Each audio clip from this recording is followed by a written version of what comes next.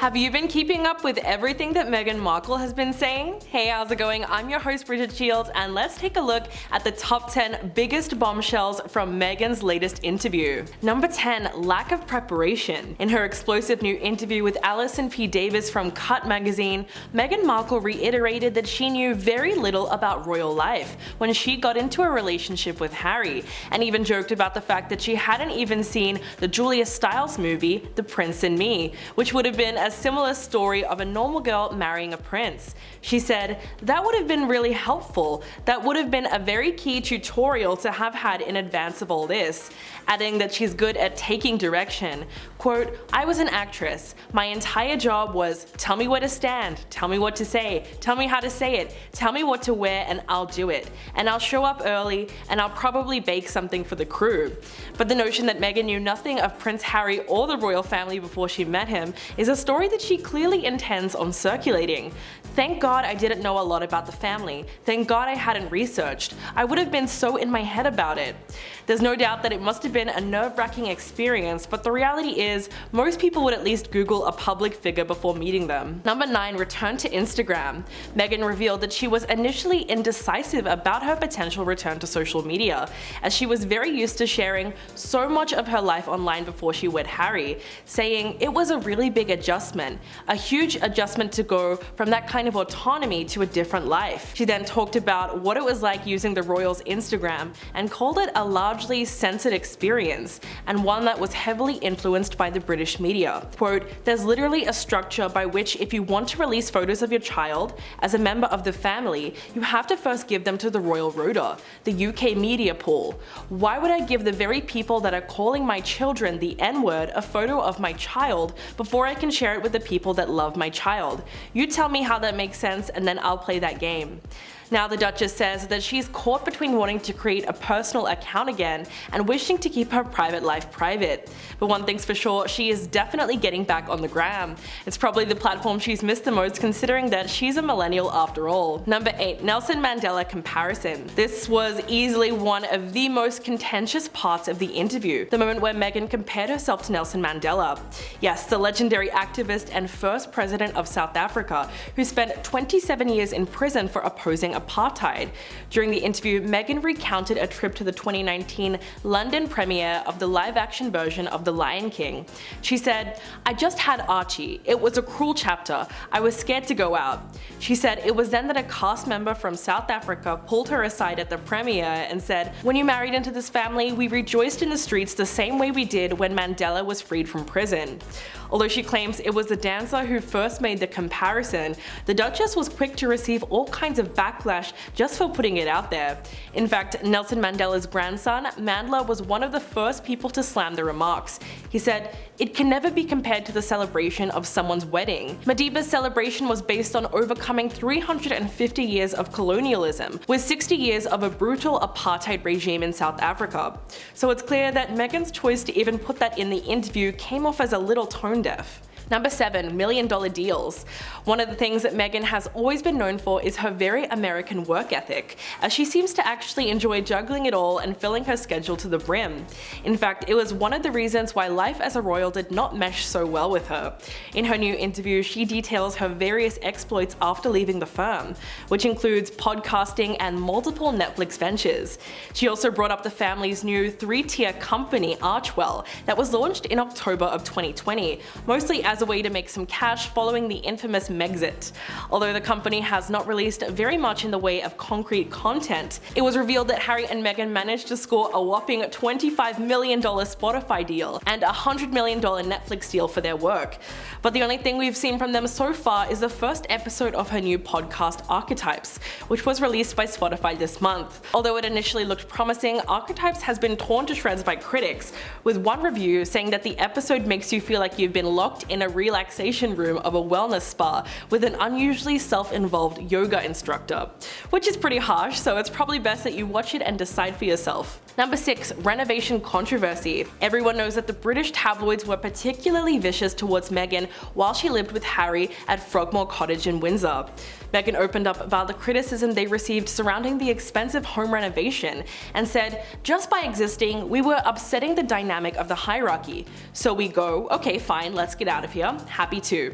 But for whatever reason, it's not something that we were allowed to do, even though several other members of the family do the exact same thing. One of the main things that they were accused of was using exorbitant amounts of taxpayer funds to renovate the home, but they eventually repaid it all and even offered to earn their own money on behalf of the monarchy, which made it virtually impossible for the media to criticize them under the guise of public interest.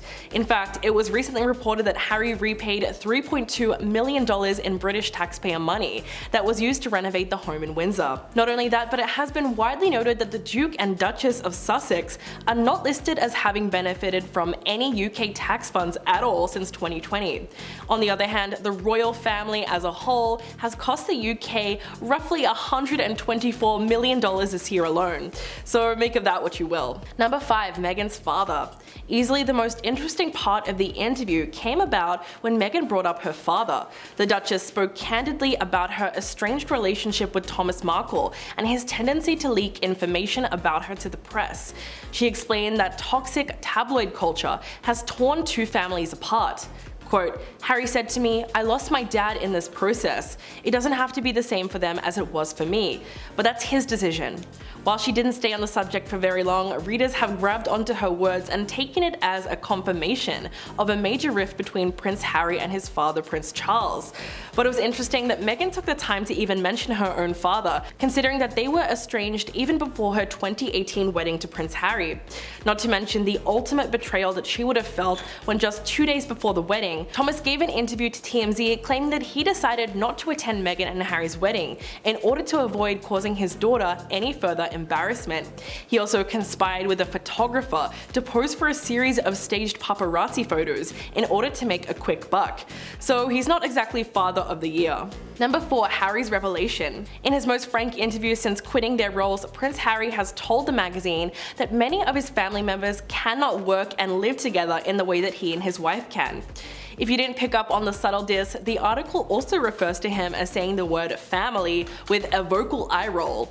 When Davies pointed out that the two of them share a single desk in their home office, Harry said, "Most people that I know and many of my family, they aren't able to work and live together. It's actually really weird because it seems like a lot of pressure, but it just feels natural and normal." This is not the first time that the prince has hinted at a certain tension between himself and his family, as a 37-year-old has previously said that his father stopped taking his calls after he and Meghan stepped back as senior working royals in 2020. So it's apparent that the rift between Harry and his family is worse than ever before, which is certainly sad because it seems like he's unable to separate the people from the firm and has ruined several relationships in the process of becoming independent from the royals. Number 3. $1 million mansion. Speaking of her home, the couple spent almost $15 million on their Montecito mansion, which is where they moved in secret in July of 2020, just a few months after officially stepping down as working royals. When gushing about their 9-bedroom California home, Meghan said, "We did everything we could to get this house, because you walk in and go joy and exhale and calm. It's healing. You feel free." Despite some pipes that needed fixing, the Duchess called the mansion their safe space, as it is apparently a coastal peace den that evokes images of a Napa vineyard. But here's where it starts to sound a little pretentious. Meghan explained that on the lawn there are 2 massive palm trees that represent her and her husband, always connected and supportive of each other. Not only that, but Davies goes on to describe 2 plush club chairs in their living room that are placed side by side to resemble thrones. So it's clear that they wanted their home to still look rather regal. But beyond its gobsmacking price, their decision to live next to US television royalty like Oprah Winfrey and Ellen DeGeneres was certainly a good move, because Harry and Meghan have made it pretty obvious that they intend to return to the limelight, but this time they're aiming for Hollywood. Number 2. Fighting the firm. Apart from the explosive allegations of racism made in Meghan Markle's interview with Oprah, the Duchess has now revealed that she also fought the firm to stay in the royal family. In fact, she revealed that she and Harry didn't initially want to leave the royal family, but instead wanted to continue their work as royals without using taxpayer funding. They wanted to be completely financially independent, and also asked to leave the UK and relocate to another Commonwealth country like Canada or South Africa.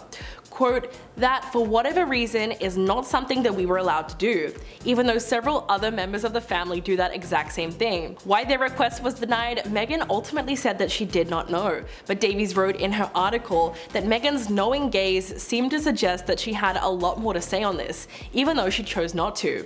But interestingly enough, the Duchess revealed that she was not made to sign anything that would have prohibited her from speaking about her time as a royal, and insisted that she can talk about her whole experience, but is still in the healing process and has chosen not to.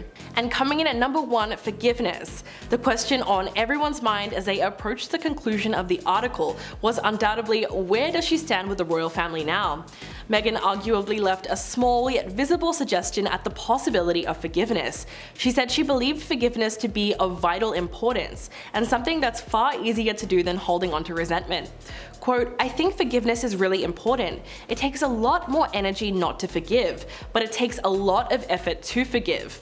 I've really made an active effort, especially knowing that I can say anything.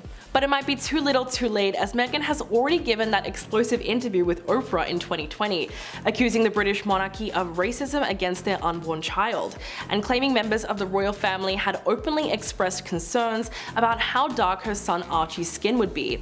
She also exposed the complicated dynamics between her and the Duchess of Cambridge, and painted her in a pretty negative light. So with all things said and done, the new interview didn't do much in the way of damage control, so the possibility of family unity seemed to be a little bit out the window. Well, that's everything we have on this list. Let us know if we missed anything in the comments below, and I'll catch you in the next video.